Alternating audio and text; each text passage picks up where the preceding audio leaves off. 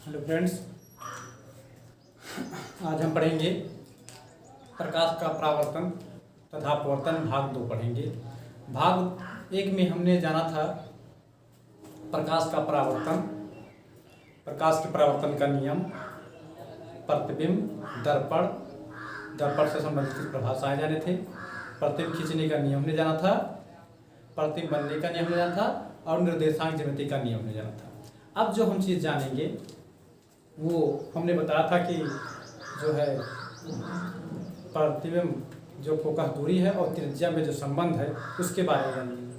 तो जो त्रिज्या और फोकस दूरी में जो संबंध होता है वो होता है F बराबर r/2 होता है। क्या होता है? F बराबर r/2 होता है। इसी चीज़ को हमें प्रूव करना है और इस चीज़ को हम देखेंगे कि किस प्रकार से F बराबर r/2 उसमें संबंध होता है। जो त्रिज्या होती है, जो फोकस दूरी होता है, त्रिज्या की क्या होती है? आधी होती है। तो देखिए हम जानेंगे, क्या जानेंगे? त्रिज्या तथा फोकस दूरी में संबंध आता है। क्वेश्चन कभी कभी आ जाता है, सिद्ध कीजिए F बराबर r/2। कभी कभी से पूछ लेता है क्वेश्चन, किस तरीके से पूछता है, सिद्ध कीजिए F बराबर r/2। या आता है कि त्रिज्या वक्रता त्रिज्या फोकस दूरी तथा फोकस दूरी में संबंध स्थापित कीजिए। तो हम चलते हैं। या आता है F और R में संबंध स्थापित कीजिए। तो हमारा जो टॉपिक है वो क्या है? वक्रता त्रिज्या तथा फोकस दूरी में संबंध। फोकस दूरी में संबंध, वक्रता त्रिज्या तथा फोकस दूरी में संबंध हमें जानना। देखिए सबसे पहले हम क्या होता है, एक अवतल दर्पण बना लेते हैं। मान लेते हैं एक अवतल दर्पण है। क्या मान लेते हैं? मान लेते हैं ये एक अवतल दर्पण है।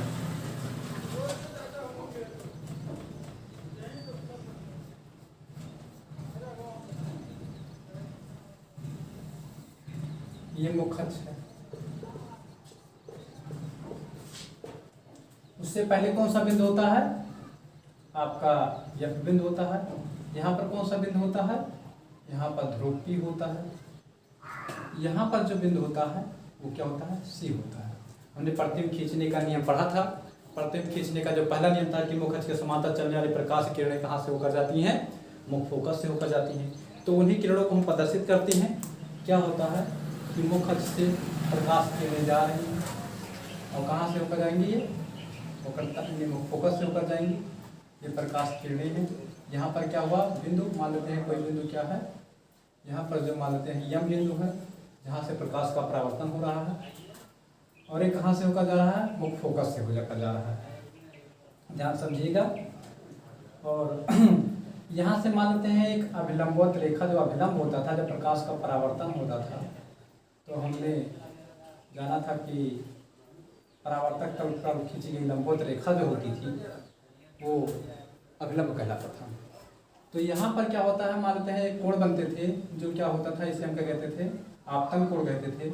उसे I से प्रदर्शित करते थे। और एक जो होता था, क्या होता था, परावर्तन कोण किसे प्रदर्शित करते थे? R से प्रदर्शित करते थे। इतना चीज़ हम जानते हैं। देखिए यहाँ से जो आपका होता है, यहाँ से एक चीज़ और जानिए, आप वक्रता केंद्र है, वक्रता केंद्र और जो ध्रुव के बीच की दूरी होती है, वक्रता केंद्र के साथ ध्रुव से नापा जाता है। तो यहाँ से जो होता है ये क्या होता है? R दूरी पर स्थित है।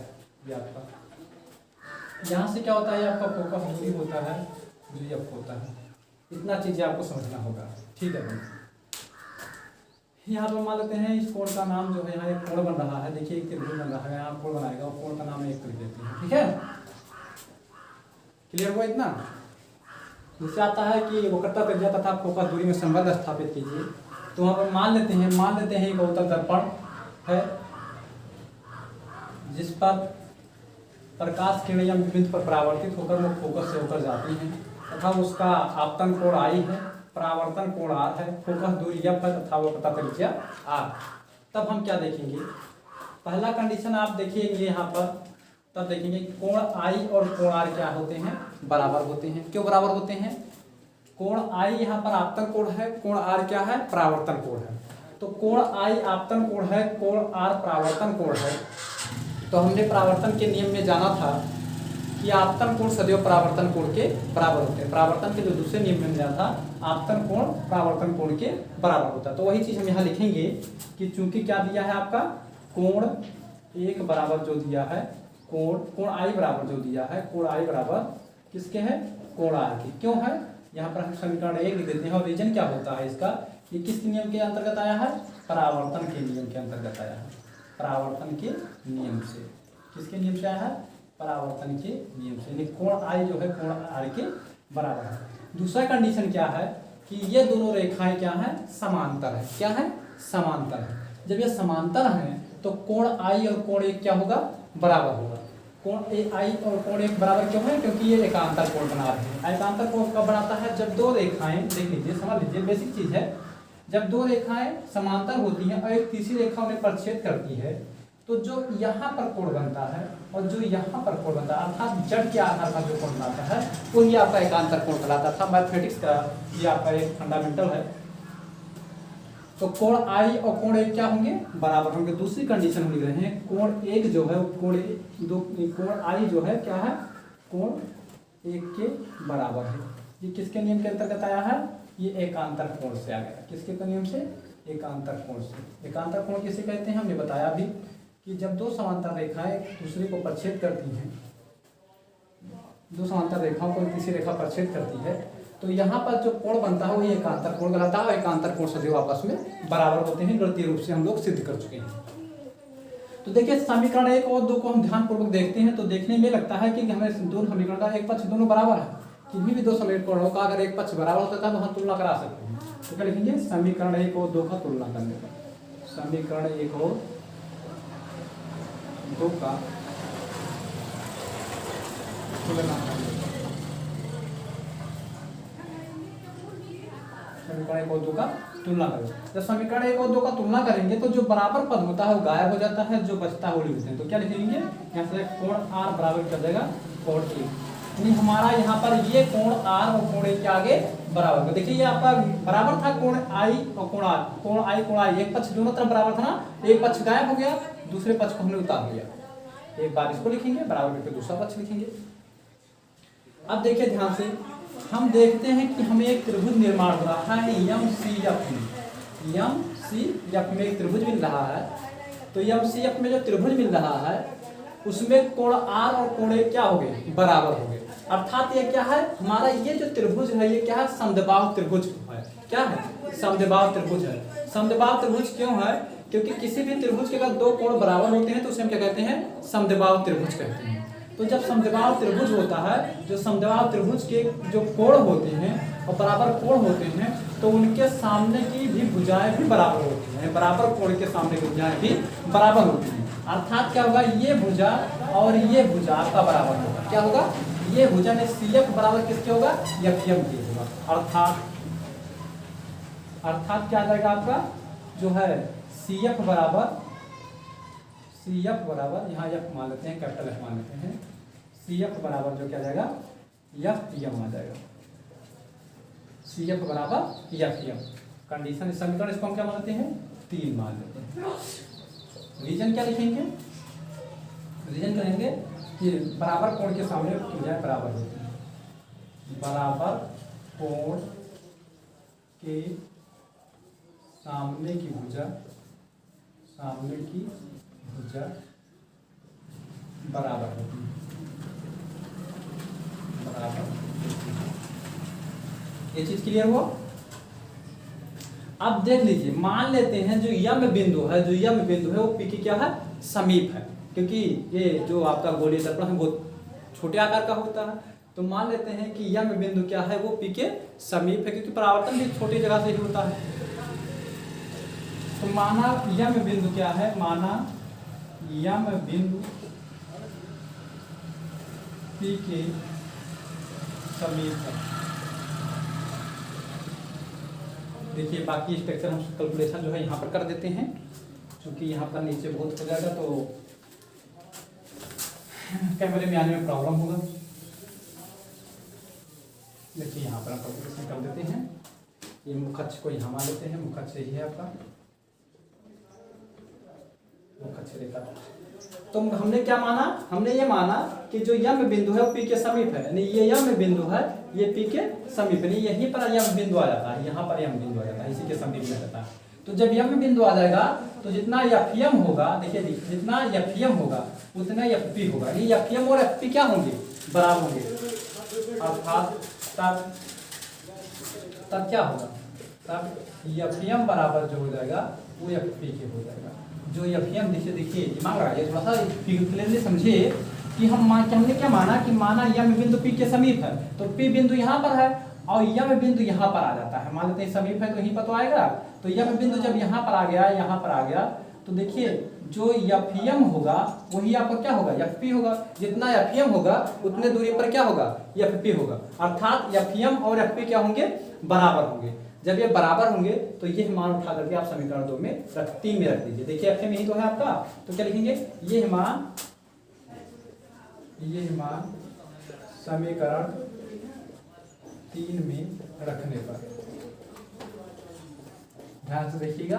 तो एफएम के स्थान पर हम क्या रख रहे हैं, एफपी। किसमें रख रहे हैं, समीकरण 3 में रख रहे हैं। तो जब समीकरण 3 में रखेंगे तो क्या जाएगा, सीएफ बराबर क्या आ जाएगा, एफपी आ जाएगा। क्या जाएगा, सीएफ बराबर क्या आ जाएगा आपका, एफपी आ जाएगा। तो यहाँ पर जो हो जाएगा सीएफ बराबर एफपी। अब देखिए हमने पढ़ा था निर्देशांक ज्यामिति के चिन्ह प्रपाटी नियम में, हमने क्या पढ़ा था कि जो दूरियां मापी जाती हैं वो ध्रुव से नापी जाती हैं, यहाँ से ध्रुव से नापी जाती हैं। तो हमारा जो सीएफ है वो ये इतना पॉइंट तो दे रहा है, सीएफ कहाँ दे रहा है, यहाँ सीएफ, यानी ये ध्रुव से नहीं नापा जा रहा। तो इसको हम क्या करेंगे, ध्रुव से नापेंगे। तो सीएफ जैसे सीएफ वैल्यू जो आई है, ये सीएफ वैल्यू आई है, ये तो आया, और एफपी आया है। तो एफपी यानी एफ जो है वो पी से तो नापा गया है, परंतु जो सी बिंदु है वो ध्रुव से नहीं नापा गया है। तो हम सीएफ को क्या लिखेंगे ध्रुव से नापने के लिए, ये सीएफ को हम क्या लिख सकते हैं, हम क्या लिखेंगे, सीपी माइनस क्या हो जाएगा, एफपी। यानी हम क्या करेंगे कि इस पूरी वैल्यू में से एफपी हम क्या कर देंगे, घटा देंगे, तो सीएफ का मान आ जाएगा, कोई परिवर्तन तो होगा नहीं। तो यहाँ पर जो हो जाएगा सीएफ के स्थान पर क्या हो जाएगा, सीएफ के स्थान पर जाएगा सीपी। देखिए सीपी हो जाएगा माइनस एफपी, ये तो हो जाएगा। ध्यान से एक बार फिर से समझ लीजिए। जैसे हम सीएफ के स्थान पर तो लिख रहे हैं, जैसे मान लीजिए कोई बड़ा टुकड़ा है, अगर मान लीजिए इतना हमें वैल्यू पता करना है, इतना वैल्यू हमें पता है, तो हम क्या करेंगे, इस पूरे टुकड़े में से इतना काट कर निकाल देंगे, ये पता चल जाएगा। तो हमें हमारा वैल्यू यही तो आया। तो उसी प्रकार हम क्या करेंगे, जैसे सीएफ हमें निकालना है तो हम क्या करेंगे, हमें यहाँ से नापना है तो पूरी वैल्यू ले लेंगे और उसमें से काट करके वो पार्ट निकाल देंगे। तो देखिए हमने पूरी वैल्यू ले लिया सीपी और माइनस क्या काट कर निकाल दिया, एफपी काट दिया। अब बराबर आपको क्या बचेगा, एफपी बचेगा। अब देखिए सीपी को पक्षांतर कर दीजिए, सीपी बराबर क्या आ जाएगा, एफपी, और ये पक्षांतर होकर उधर जाएगा तो क्या जाएगा, प्लस का एफपी हो जाएगा। अब सीपी बराबर कितना आ जाएगा, एफपी कितना आ जाएगा, 2एफपी हो जाएगा, 2एफपी। अब देखिए इसको धरा 2एफपी बराबर कितना हो जाएगा, सीपी हो जाएगा। तो एफपी बराबर कितना हो जाएगा, CP/2 हो जाएगा, ये तो हो जाएगा। अब देखिए एफपी की वैल्यू कितना है, एफपी की वैल्यू जो हमने माना है यह कोई फोकस दूरी है, एफ हो गया। चूंकि यहाँ पर लिख दिया है समीकरण नंबर इसको मान लेना 4, चूंकि एफपी बराबर कितना दिया है, स्मॉल एफ, और सीपी बराबर कितना है, ये सीपी, यानी यहाँ सीपी या क्या दिया है, आर दिया है।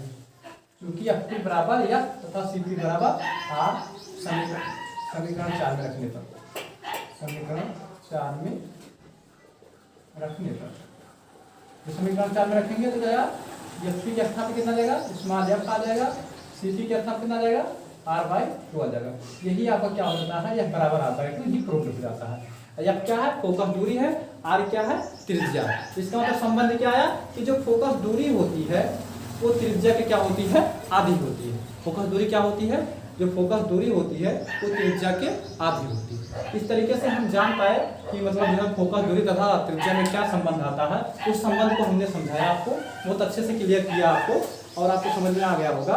तो देखिए अगर मान लीजिए इसका आप स्क्रीनशॉट लेना चाहते हैं तो आप स्क्रीनशॉट लेते हैं, क्यों, क्योंकि अगर आप कहीं भूलते हैं तो उसको आप देख करके समझ सकते हैं, या 2-3 बार हमारा वीडियो आप देखेंगे इसको रिवाइज करके, तो शायद आपको फोकस दूरी और त्रिज्या में संबंध स्थापित करने में कोई समस्या नहीं होगा।